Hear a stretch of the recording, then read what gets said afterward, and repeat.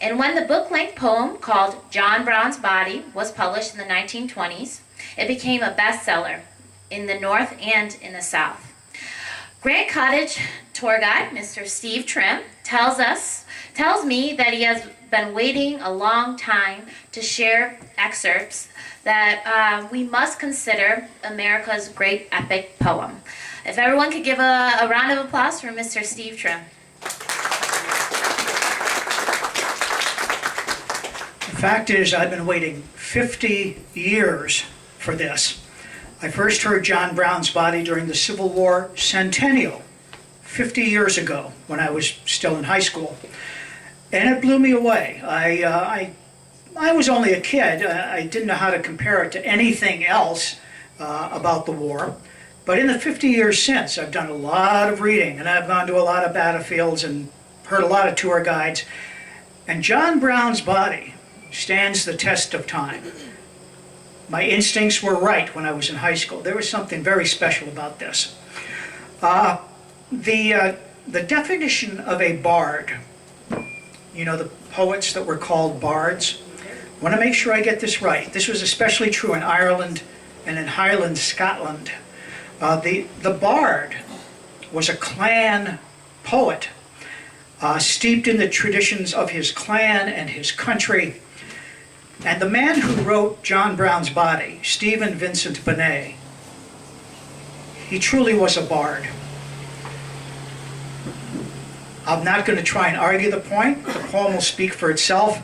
But this man was really a gifted writer. Now, it's true that as Americans, we don't really nurture our bards anymore. In the medieval times, the bard was almost on the same plateau with the war chief. That is how honored they were. The closest we usually get to acknowledging our poets is we have a poet laureate of the United States. And our current poet laureate, I believe she's still in the role, she became the poet laureate last year, is a woman named Natasha Trethewey. She won the Pulitzer Prize for this small book of poetry called Native Guard. Miss Trethewey is of mixed race. She's from the South. She's been trying her whole life to figure out what being of mixed race means in this country. And the title, Native Guard, comes from part of our history. There was, at the start of the Civil War, Louisiana, of course, joined the Confederacy, but there were free men of color in New Orleans, believe it or not, formed a militia called the Louisiana Native Guard to defend the Confederacy. It was a ruse. They really were not going to defend the Confederacy if any Yankees showed up.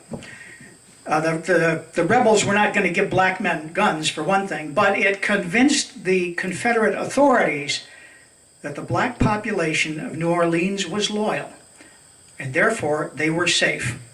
When the Yankees finally arrived in New Orleans, the Native Guard, to a man, approached General Butler and said, "We want to enlist in the Union Army."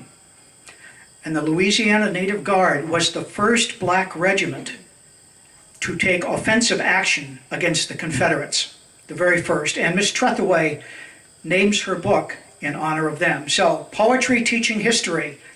We're still doing it, even though only scholars read it. But I recommend Miss Trethewey's work. As to Stephen Vincent Benet, the man who wrote this poem, a little background is in order. He was born in 1898 in Bethlehem, Pennsylvania. He was named in honor of his grandfather, who was a career military man, a graduate of West Point, a man who in his time was in charge of the military's ordnance unit, that is to say artillery. Stephen's father was James Walker Benet, also a West Point grad, also a guy that went to the ordnance school. And James Walker wound up being in command during his career of several arsenals around the country, including the Watervliet Arsenal outside Albany. He was there on 2 occasions, and Stephen grew up. He was an army brat, is what he was, just dragged from base to base, but he was in Watervliet for a while, and we can claim him, therefore, as our own. Matter of fact, if you drive down Highway 787 on the edge of Albany, on the eastern edge, and you look over and you see the arsenal, over the main door, you will see Benet Labs, and that's for Stephen's father. Now you would think, being in a military family, if you go with the stereotypes, there wouldn't be much exposure to the finer cultural things of life. But in fact, Stephen's father loved poetry, he loved reading, he would sit down with his kids and just read poetry and discuss it. So Stephen did grow up in a family that really valued literature. A few other things about him. Stephen, although he came from a military family, very early developed scarlet fever, which essentially crippled him for military duty. His health was never good. He attended the Albany Academy, which is now the Albany Academy for Boys. He went on to Yale. During World War I, I'm told, he was a cipher clerk in the same department as James Thurber. What are the odds? Stephen started writing really when he was still in high school, and he became somewhat well known before the publication of John Brown's Body. John Brown's Body was published in 1928, and it won the Pulitzer Prize. That's how good it was and is. During World War II, Stephen wrote scripts for radio broadcasts for the government. He wrote scripts for documentary films explaining America's values. On the table around the corner, I have some of the man's poetry, some of his prose. I have something he wrote during World War II. The truth is he didn't write much because he died in 1943 of a heart attack, age 44. He died very young. In 1944, he was posthumously awarded the Pulitzer Prize for an uncompleted narrative poem called Western Star, which is about the settling of America, and I have a copy of Western Star on the table. In 1953, John Brown's Body was presented as a dramatic reading on Broadway, starring, are you ready for this? Tyrone Power, Judith Anderson, Raymond Massey. They played many characters, and that show was directed by none other than Charles Lawton. I first saw some of John Brown's Body enacted on TV during the Civil War centennial, and in 1998, Stephen Vincent Benet got his own postage stamp. First day issue was at Harper's Ferry, and I have one of those on the table as well. Now, in this poem, I assure you, there are some historical figures that will be mentioned, but most of the characters, can you hear me okay? I'm just not sure of the volume. Okay. Most of the characters in this epic are fictional, but I guarantee you Grant is mentioned, and I will get to him. And this is one of those few occasions where I recommend to my audience that they close their eyes. And if you have room to put your feet up, relax. There's nothing to see. It's just my voice. But if you close your eyes, perhaps you can imagine the people and the characters I will be reading about. I will also tell you that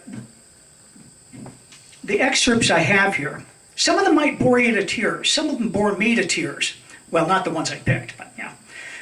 There's parts of the book, not every section appeals to everybody. That's just how it is. So here, I want to reassure you. If I'm reading a section that you find really dull, it only lasts at a maximum 2 pages, maximum. So hang in there. We'll get to something that does capture your imagination. Benet began his poem in a very classical kind of way, almost with a Greek chorus. And this is not at all representative of what will follow. He wants to paint a picture of an ideal society and country, but he wants to give you fair warning of that tragic element that's going to unseat everything that is so beautiful. So this is how he begins his book-length poem. 13 sisters beside the sea builded a house called Liberty, and locked the door with a stately key. None should enter it but the free. The walls are as solid as Plymouth Rock, the door of seasoned New England stock. Before it a Yankee fighting cock pecks redcoat kings away from the lock. The hearth is a corner where sages sit. Washington's heart lies under it. And the long roof beams are chiseled and split with hickory tough as Jackson's wit. Surely a house so strong and bold will last till time is a pinch of mold. There is a ghost that walks in the cold. There is a ghost that walks in the cold.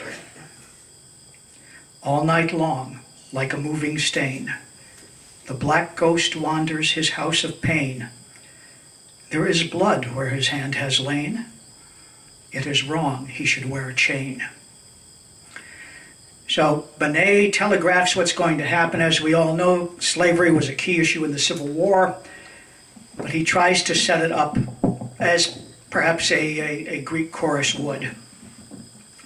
As I go on, it's obvious by now I will interrupt at points, trying to give some context and interpretation where I think that's necessary. After the introduction, Benet gives us men on the extremes of the slavery question, the far extremes. On the one hand, a slaver, the captain of a slave ship, and on the other hand, on the other extreme, John Brown. So this is the section on the slaver.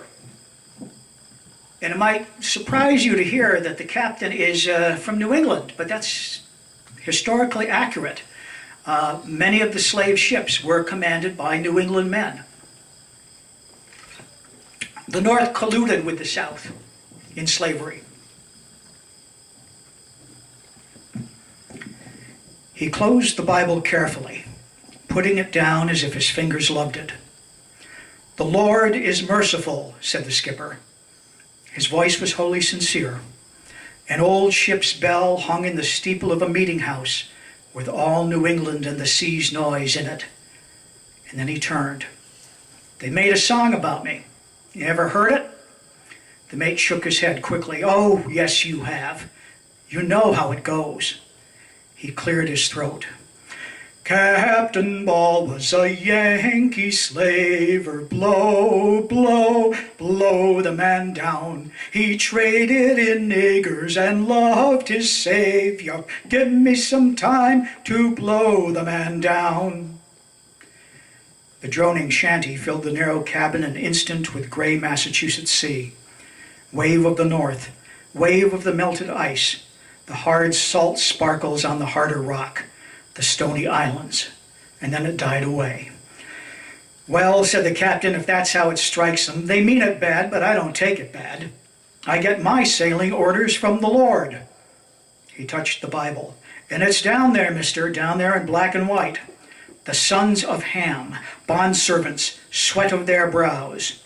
I tell you, mister," he said fiercely, "the pay's good pay, but it's the Lord's work too. We're spreading the Lord's seed, spreading his seed."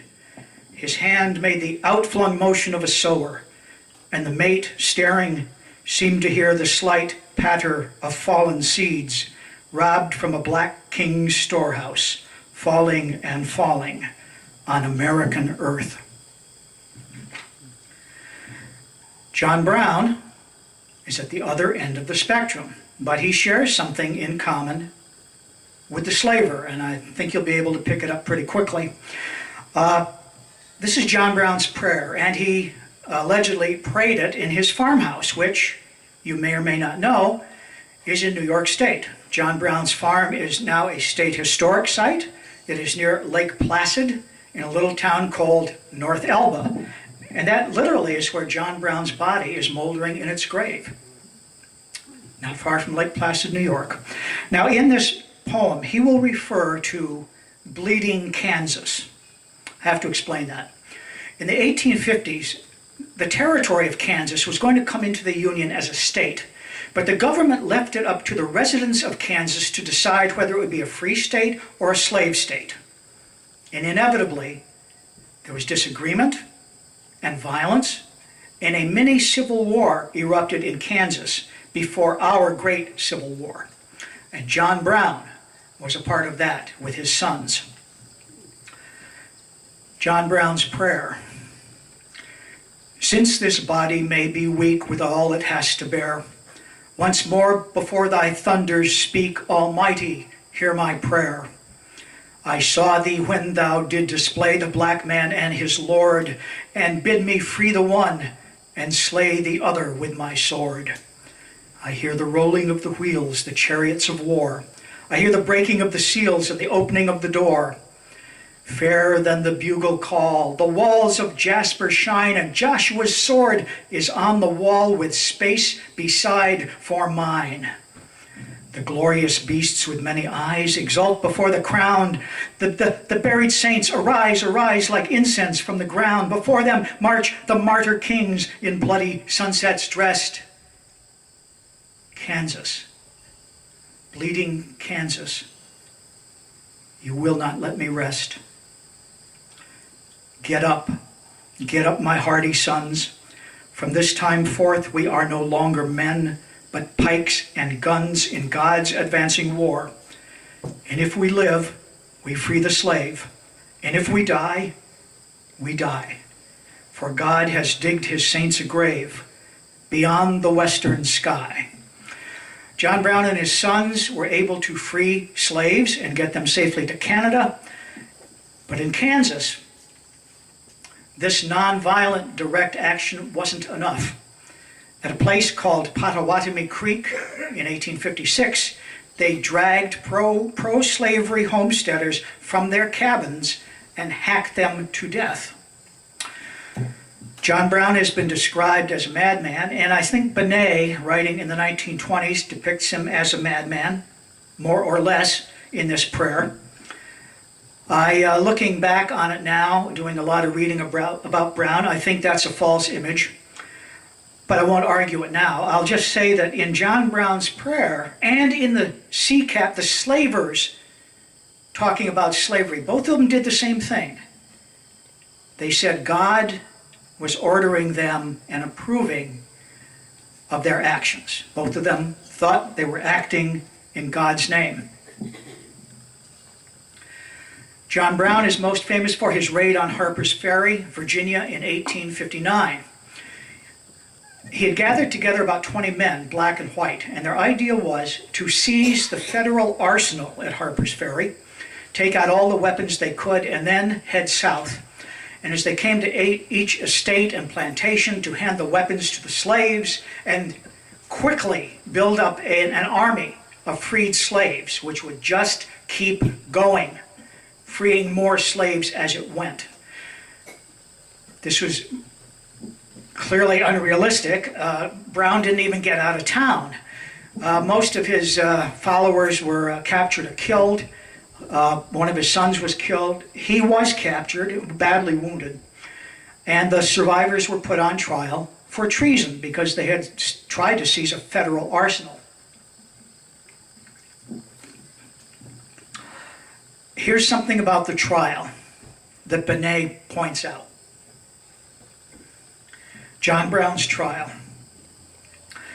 No one can say that the trial was not fair. The trial was fair, painfully fair by every rule of law, and that it was made not the slightest difference. The law is our yardstick, and it measures well, or well enough. When there are yards to measure, measure a wave with it, measure a fire. Cut sorrow up in inches. Weigh content. You may weigh John Brown's body well enough, but how and in what balance weigh John Brown? There is this. Sometimes there comes a crack in time itself. Sometimes the earth is torn by something blind. sometimes an image that has stood so long it seems implanted as the polar star, is suddenly thrust against an unfathomed force that will not have it anymore. Call it God or fate or economic law, that force exists and moves. And when it moves, it will employ a hard and an actual stone to batter into bits an actual wall and change the actual scheme of things. John Brown was such a stone, unreasoning as the stone, destructive as the stone, and, if you like, as heroic and devoted as such a stone. He had no gift for life, no gift to bring life, but his body and a cutting edge. But he knew how to die. And he did. There were rumors that he could be rescued before his execution, and Brown said, "No, I am worth infinitely more dead than alive.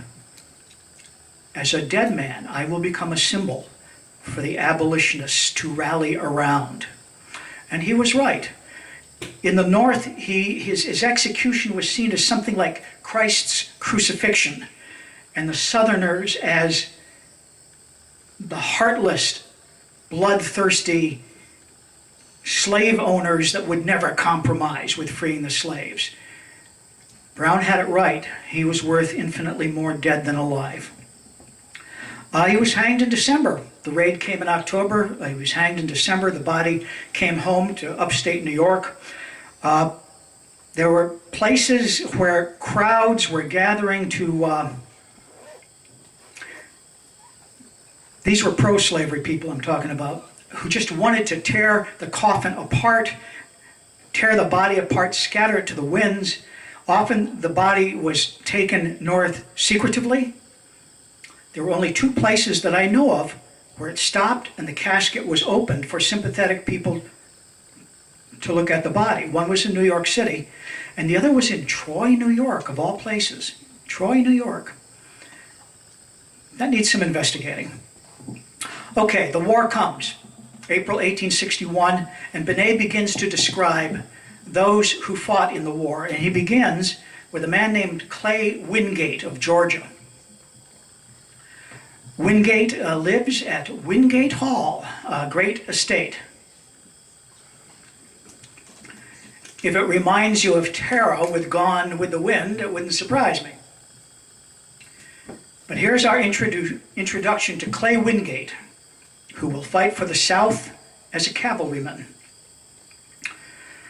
Wingate sat in his room at night, between the moon and the candlelight, reading his Byron with knitted brows, while his mind drank in the peace of the house. It was long past 12, and the night was deep, with moonlight and silence and wind and sleep, and the small dim noises thousandfold that all old houses and forests hold. There was his uniform, gray as ash, the boots that shone like a well-rubbed table, the tassels of silk on the colored sash, and sleek black whistle down in the stable. The Black Horse Troop was a cavalier, and a gallant name for a lady's ear. He liked the sound of the ringing brag and the girls who stitched on the county flag, the smell of horses and saddle leather, and the feel of the squadron riding together. From the loose-reined canter of colts at large to the crammed, tense second before the charge. He liked it all, with the young keen zest of a hound unleashed and a hawk unjest. And yet, what happened to men in war? Why were they all going out to war? He brooded a moment. It wasn't slavery, that stale red herring of Yankee knavery, not even states' rights, at least not solely, but something so dim it must be holy. A voice, a fragrance, a taste of wine, a face half seen in old candle shine, a yellow river, a blowing dust, something beyond you that you must trust, something so shrouded it must be great. the dead men building the living state. In Dixieland, I'll take my stand and live and die in Dixie. Wingate's opposite number is a young man from Connecticut named Jack Elliott. And we meet Jack as his regiment is marching to the train station to head south.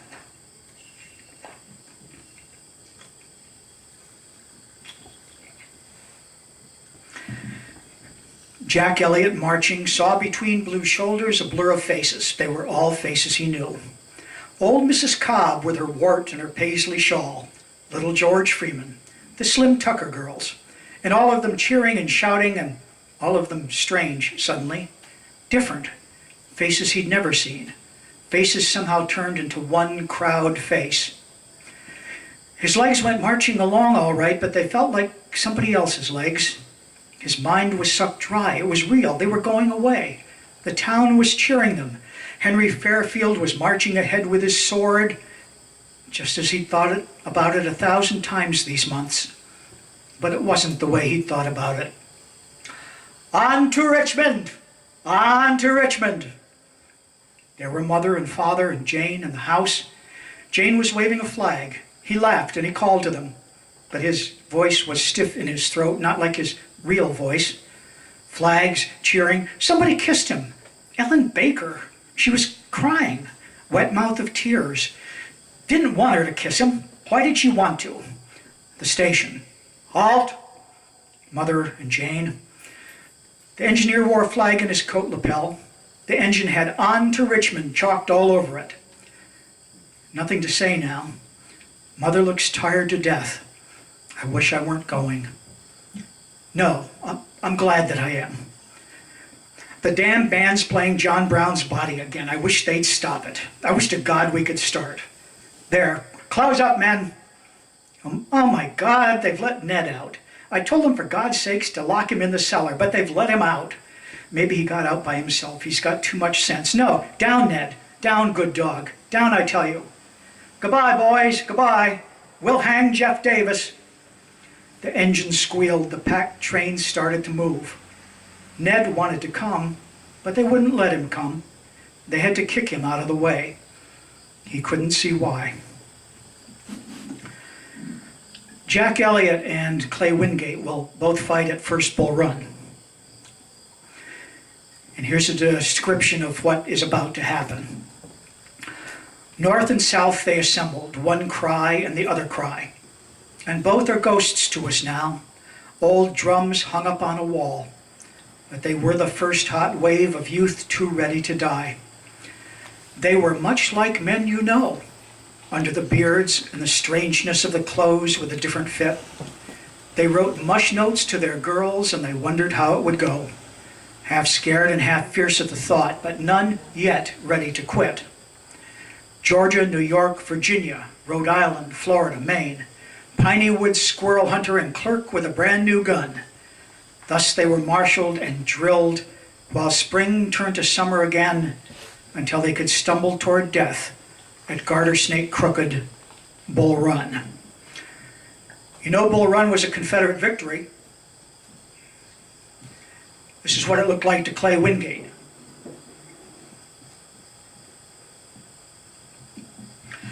Wingate felt a frog in his throat as he patted Black Whistle's reeking coat and reined him in for a minute's breath.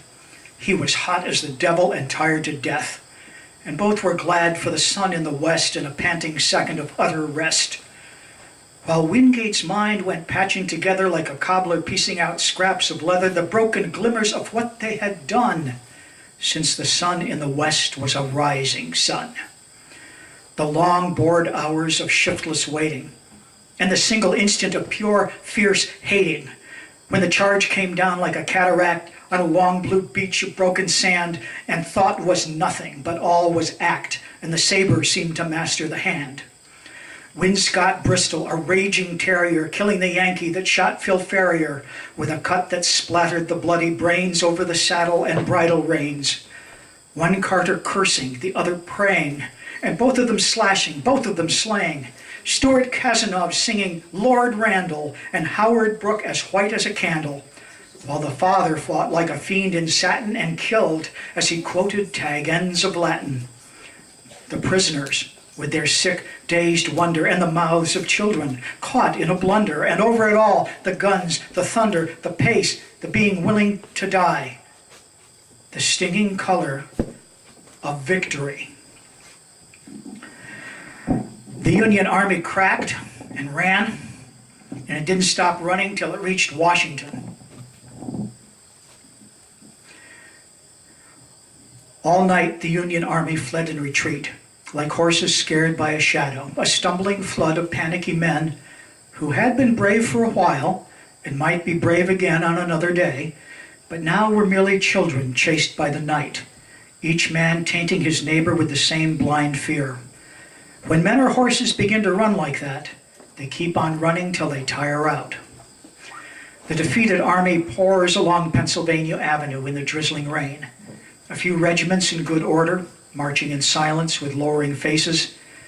The rest a drenched mob that plods along on blistered feet and falls asleep on the stoops of houses, in vacant lots, in basement areas huddled, too tired to remember battle or be ashamed of flight. 2 old women, white-haired, stand all day in the rain, giving coffee and soup and bread to the passing men.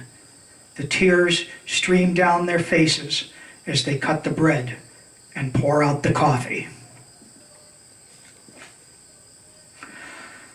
Only Lincoln, awkwardly enduring, confused by 1,000 counsels, is neither overwhelmed nor touched to folly, by the madness that runs along the streets like a dog in August, scared of itself, scaring everyone who crosses its path. Defeat is a fact, and victory can be a fact. If the idea is good, it will survive defeat. It may even survive victory. His huge, patient, laborious hands start kneading the stuff of the Union together again. He gathers up the scraps and puts them together. He sweeps the corners and the cracks and patches together the lost courage and the rags of belief. The dough didn't rise that time. Maybe next time it will. God must have tried and discarded a lot of experiment whirls before he got even one good enough to whirl for a minute. It is the same with belief. It is the same with a cause. For the first year and a half, it's nothing but victory for the South. That is, in the East. In the West, there are some victories for the Union, and the name Grant starts cropping up in the West. But as far as most of the country is concerned, the important theater of war is in the East, and there's been nothing but defeats. So for a year and a half, up until September of 1862, in the Battle of Antietam, it looks like the South is going to win. Here's how Stephen Vincent Benet illustrates that feeling. John Brown lies dead in his grave, and he does not stir. It is nearly 3 years since he died, and he does not stir. There is no sound in his bones but the sound of armies, and that is an old sound. He walks, you will say, he walks in front of the armies. A straggler met him going along to Manassas with a gun on his shoulder, his phantom sons at heel, his eyes like misty coals. A dead man saw him striding at 7 Pines, the bullets whistling through him like a torn flag. A madman saw him whetting his sword on a Bible, a cloud above Malvern Hill. But these are lies. He slumbers. He does not stir. The South goes ever forward. The slave is not free. The great stone gate of the Union crumbles and totters. The cotton blossoms are pushing the blocks apart. The roots of the cotton grow in the crevices. Soon the fight will be over. The slaves will be slaves forever. John Brown, arise, call your sons from the ground. Call up the slug-ridden dead of Harper's Ferry and cast them down the wind on a raid again. This is the dark hour. This is the ebb tide. This is the defeat. The cotton blossoms are growing up to the sky. Your song goes on, but the slave is still a slave, and all Egypt's land rides northward, while you molder in the grave. Well, that was to the fall of 1862. By July 1863, Vicksburg has fallen. Gettysburg has occurred. Lee's army has been turned back. The tide actually is turning now. And they're beginning to feel it back home in Georgia. Clay Wingate gets leave to go home. And as he rides up to Wingate Hall, he has these thoughts. Hurry, hurry, this is the last. This is the last. There is no future, there is no past. There is only this hour, and it goes fast. Drink the wine before yours is spilled. Kiss your sweetheart before you're killed.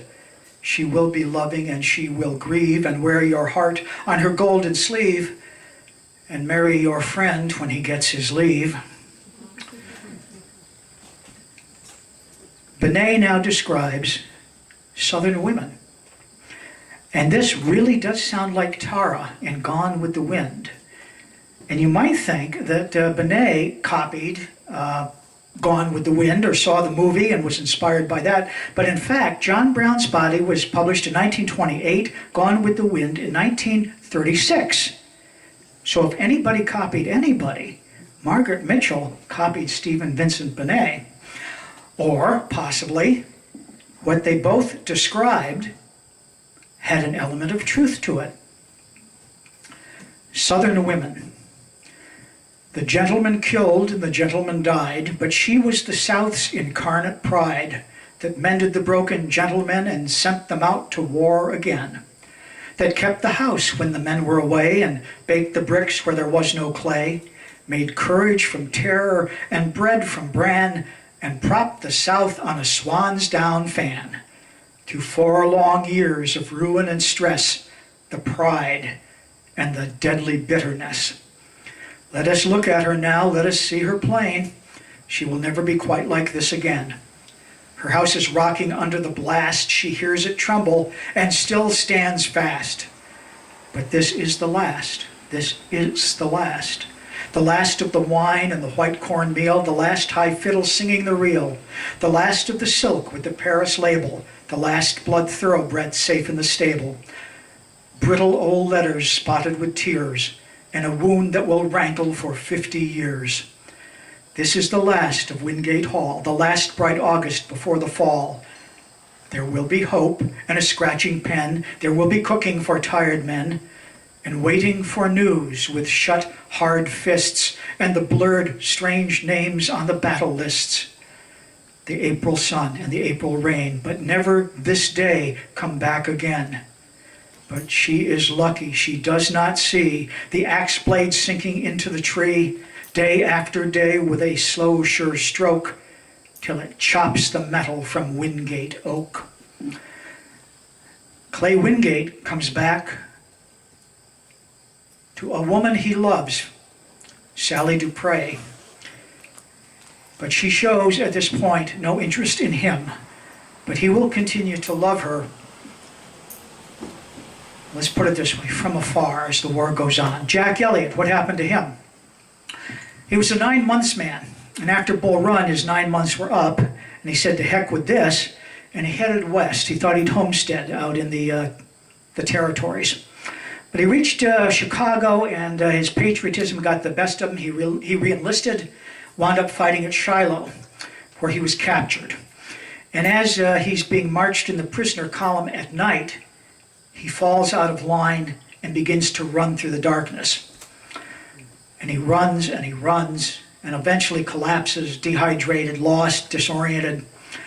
And he will wake up in a cabin.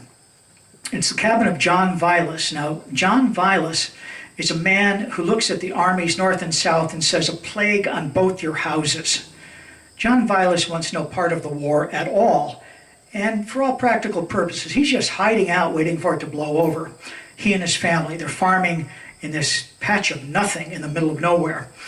And they find Jack Elliott and begin to nurse him back to health. They take him as a man who is running away from the war, and they want to help. John Vilas has a daughter named Melora, and Melora and Jack Elliott fall in love. And he stays with them for a long, long time.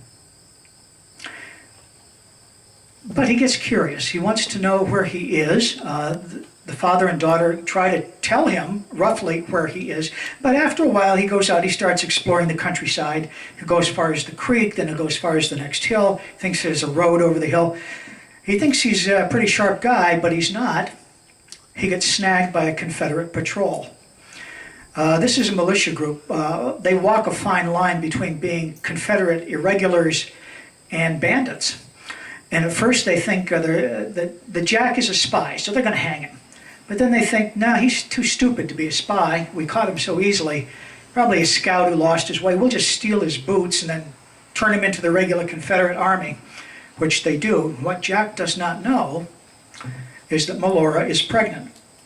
But now he's separated from her, and he winds up in prison.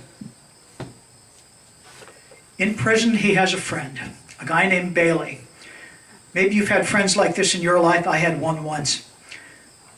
Bailey's a big, hulking guy. Not real bright. But if he likes you, he becomes your best friend, your defender. He will do anything for his friends. And Jack Elliott has Bailey for a friend. They're in prison for who knows how long. Finally, they are picked for exchange. The slow carts hitched their way toward the place of exchange through a bleak wind. They got to the river at last. Jack Elliott saw a yellow stream and slow boats crossing the stream. Bailey had helped him out. He was walking now with his arm around Bailey's neck. Their course was a crab's. The wind blew over a knife of frost and shook their rags. The air was a thawing ice of most pure, clear gold. They stared across the river and saw the flag, and the tall blue soldiers walking in thick, warm coats like strong, big men who fed well. And then they cheered, a dry, thin cheer pumped up from exhausted lungs. And then they heard the echo of their own cheer flung back at them, it seemed, in a high, shrill wail. But it did not end like an echo. It gathered and rose. It was the Confederates sick on the other side, cheering their own. Jack Elliott walked to his boat on stuffless legs. Keep quiet, he thought. You're not through yet. You won't be through till you land. They can jerk you back even now if you look too pleased. Look like a soldier, damn you, and show them how. The thought was childish, but it stiffened his back and it got him into the boat. In the midst of the stream, they passed a boat with Confederate prisoners, so near they could yell at each other. Hello there, Yank. Hello, Reb. You look pretty sick. Don't we feed you good? You don't look so damn pretty yourself. My, ain't that a shame. You look a lot sicker when Hooker gets after you. Hell, old Jack'll take Hooker apart like a coffee pot. Well, goodbye, Yank. Goodbye, Reb. Get fat if you can. Bailey watched the boat move away with its sick gray men still yelling stingless insults through tired lips. He cupped his hands to his mouth. You! He roared and then sank back, coughing. They look pretty bad, he said. They look glad to be back. They ain't such bad rebs at that. The boat's nose touched the wharf. It swung and was held. They got out. They didn't move toward the camp at first. They looked back at the river first and the other side, without saying words. They stood for a space, like a row of tattered cranes at the edge of a stream, blinking at something. All right, you men, said an officer, come along. Jack Elliott's heart made a sudden leap in his chest. It was a blue officer. They were back in their lines, back out of prison. Bailey whirled out his arm in a great wheel gesture. Hell, he said in a low, moved voice. He thumbed his nose across at the stars and bars and burst into horrible tears. Jack Elliott held him. Elliott's so sick. he has to go home. And he will recuperate. It will take months, but he will finally be well again, and he will fight at Gettysburg. Bailey, on the other hand, is reunited with his unit, and he will be with William Tecumseh Sherman during the fighting around Atlanta and during the March to the Sea. Here's something we always forget, but Stephen Vincent Benet did not forget. A shawled old woman sits on a curbstone calling the evening news. War, to her, is a good day when papers sell, or a bad day when papers don't.